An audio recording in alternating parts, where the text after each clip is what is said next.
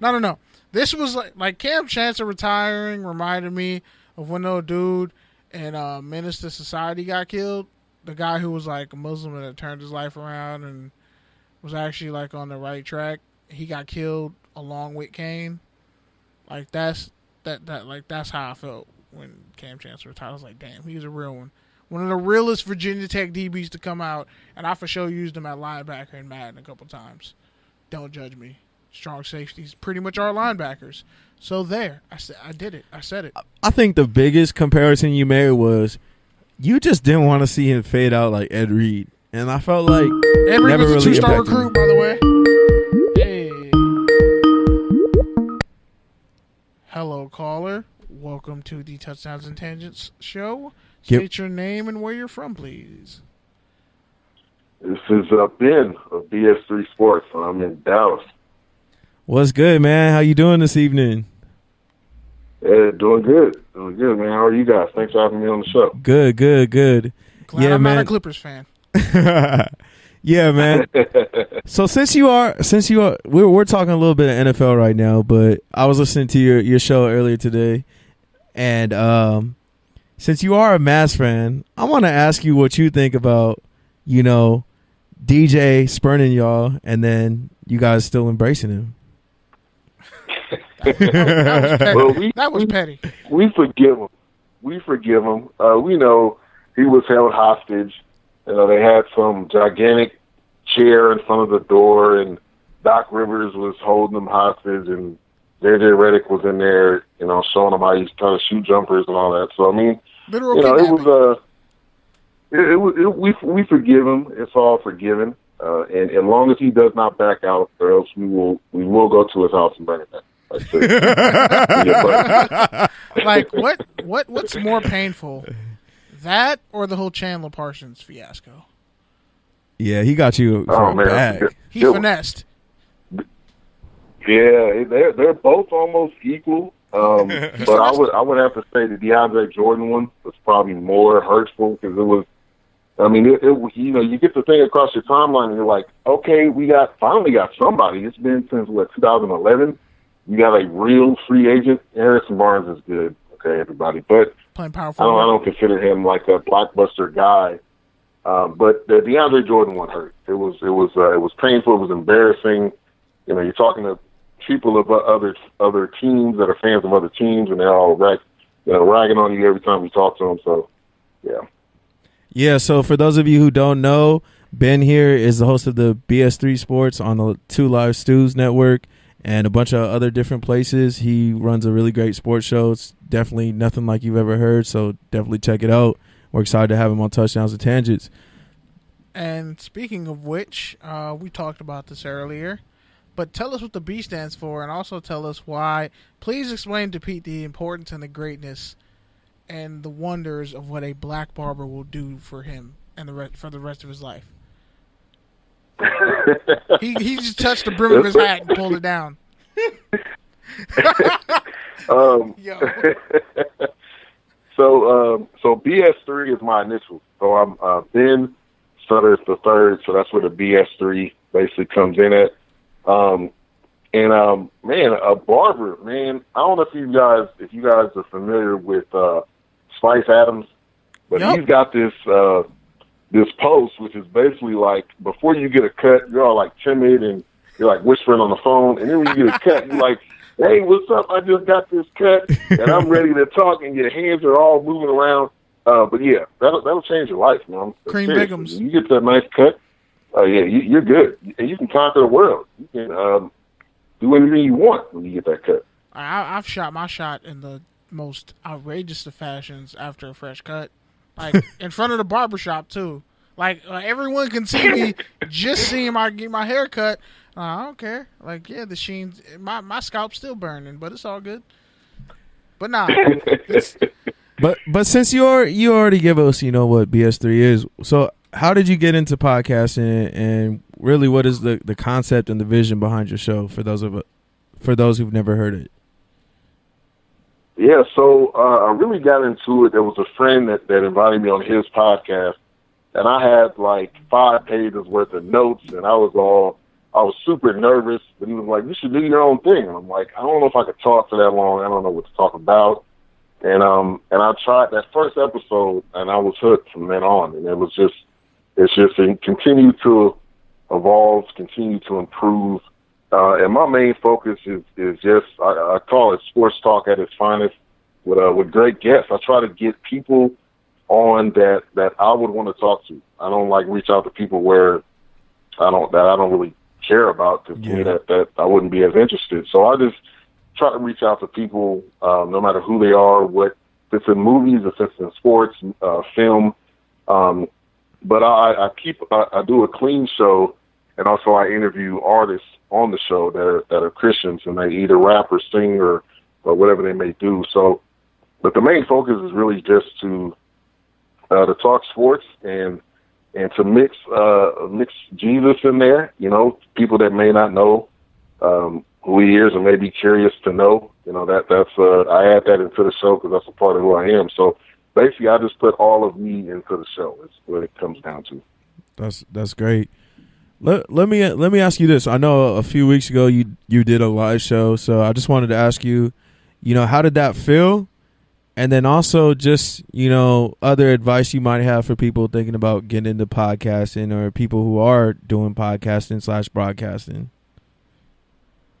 Yeah, I mean, so the live show was, man, it was dope. I mean, it was just interesting to see the people that actually came, because at first, like the first 30 minutes, I started the show like an hour within the actual event, and I'm thinking, like, there's nobody here. It's me, my wife, my daughter, and my parents, and I'm like, okay, I guess I'm going to be talking to 5 people that already know what I talk about anyway. But eventually more people came, and it was I'm definitely going to do it again in the future. So it's a different kind of atmosphere, though, because you do have people looking literally at you, so you do have to you got to multitask a lot. You got to entertain the people that are sitting out there, entertain the people that are listening, entertain the people in the chat room. So it was fun, but I truly enjoyed it.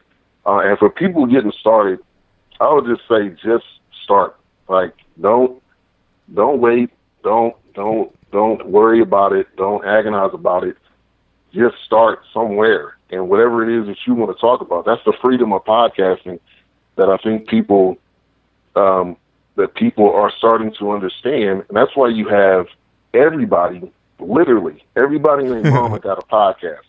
Everybody on ESPN that have a radio show has a podcast. Like, I guess I don't really understand that. You don't need 2 shows, but they see the ability of what the podcast can do, and now everybody is gravitating towards it, even if they already are on radio or on TV. So I would just say just start somewhere, even if you just have headphones and a laptop.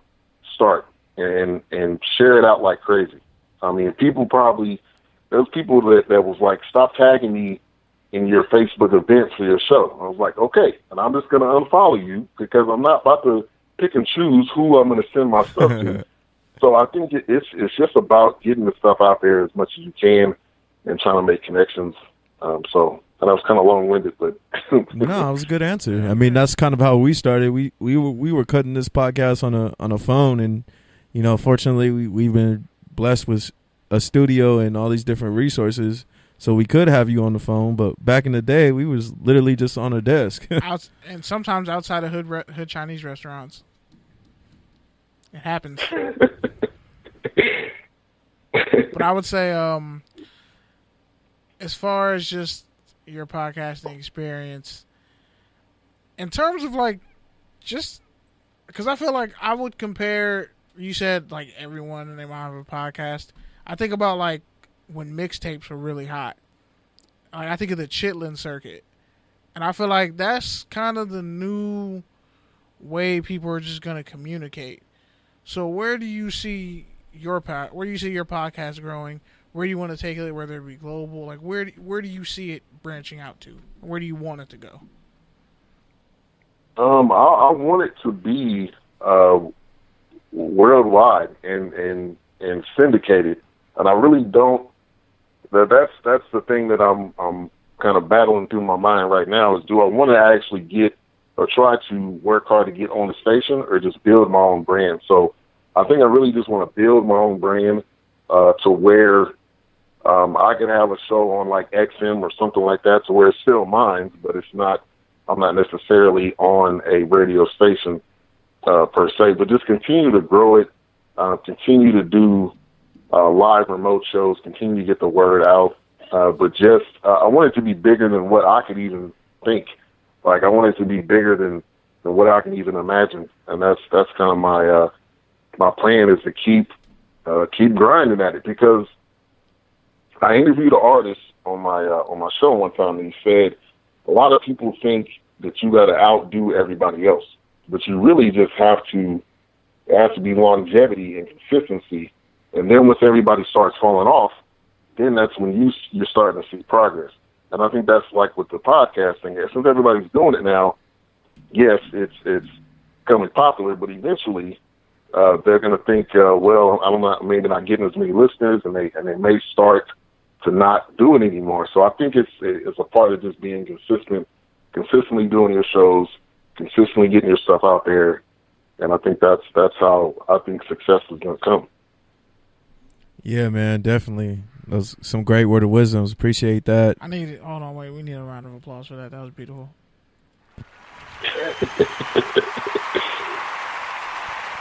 That was heartwarming. But yeah, man. So can we get some of your opinion on some NFL news that's happening right now, real quick before we let you go? Yeah, definitely.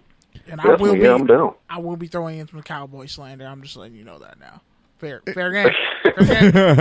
We deserve it. We deserve it. So whatever you got to say, we deserve all the slander because we put ourselves out there like that.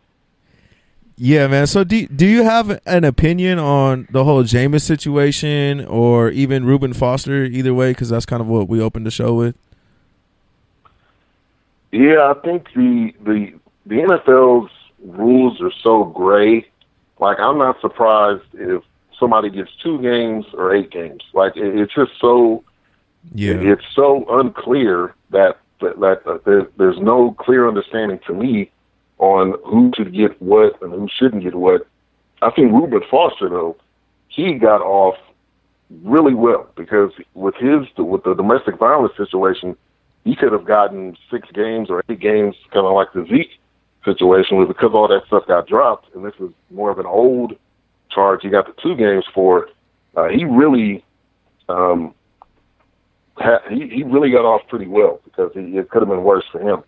The Jameis thing, I did not really study that deep into it, but I do think, I think this is going to be a turning point though for Jameis. I think that, like, he's been able to get away with some things that's been in gray areas, stuff in college. But now being in the NFL, you're the quarterback of the team, I think this is going to make him better. I think that's what the end result's going to be of this. But I think a lot of times you got friends and you got homies telling you can do whatever and you're untouchable and stuff like that. And I think he needs this situation to get his mind back right and lead his team. I don't think they're going to go anywhere necessarily, but to lead his team and to actually be there for his team. Okay, that's what's up. So I'm gonna just get straight to these Cowboy questions. First of probably like 5. Dak Prescott, are you really sold on him? I am. I am sold on him.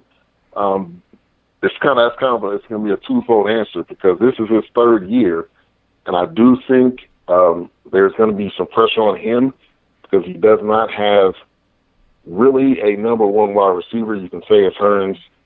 Definitely not saying it's T. Will. And I'm done with T. And Will. definitely not Cole T. Beasley. Will can get shipped anywhere. I'm really done with T. Will. I'm not that big of a fan of his. But I think it's going to be some pressure on Dak this year. But I'm definitely sold on him. And the Cowboys, they're really that type of organization. When they find someone, they will latch on to that person for forever. They did it with Tony Romo. Didn't actually ever win what more than 2 playoff games in his whole career. Too bad So they didn't do it to Quincy Carter. When they find someone, they latch onto that person, and I think I'm definitely sold on him. I think he's got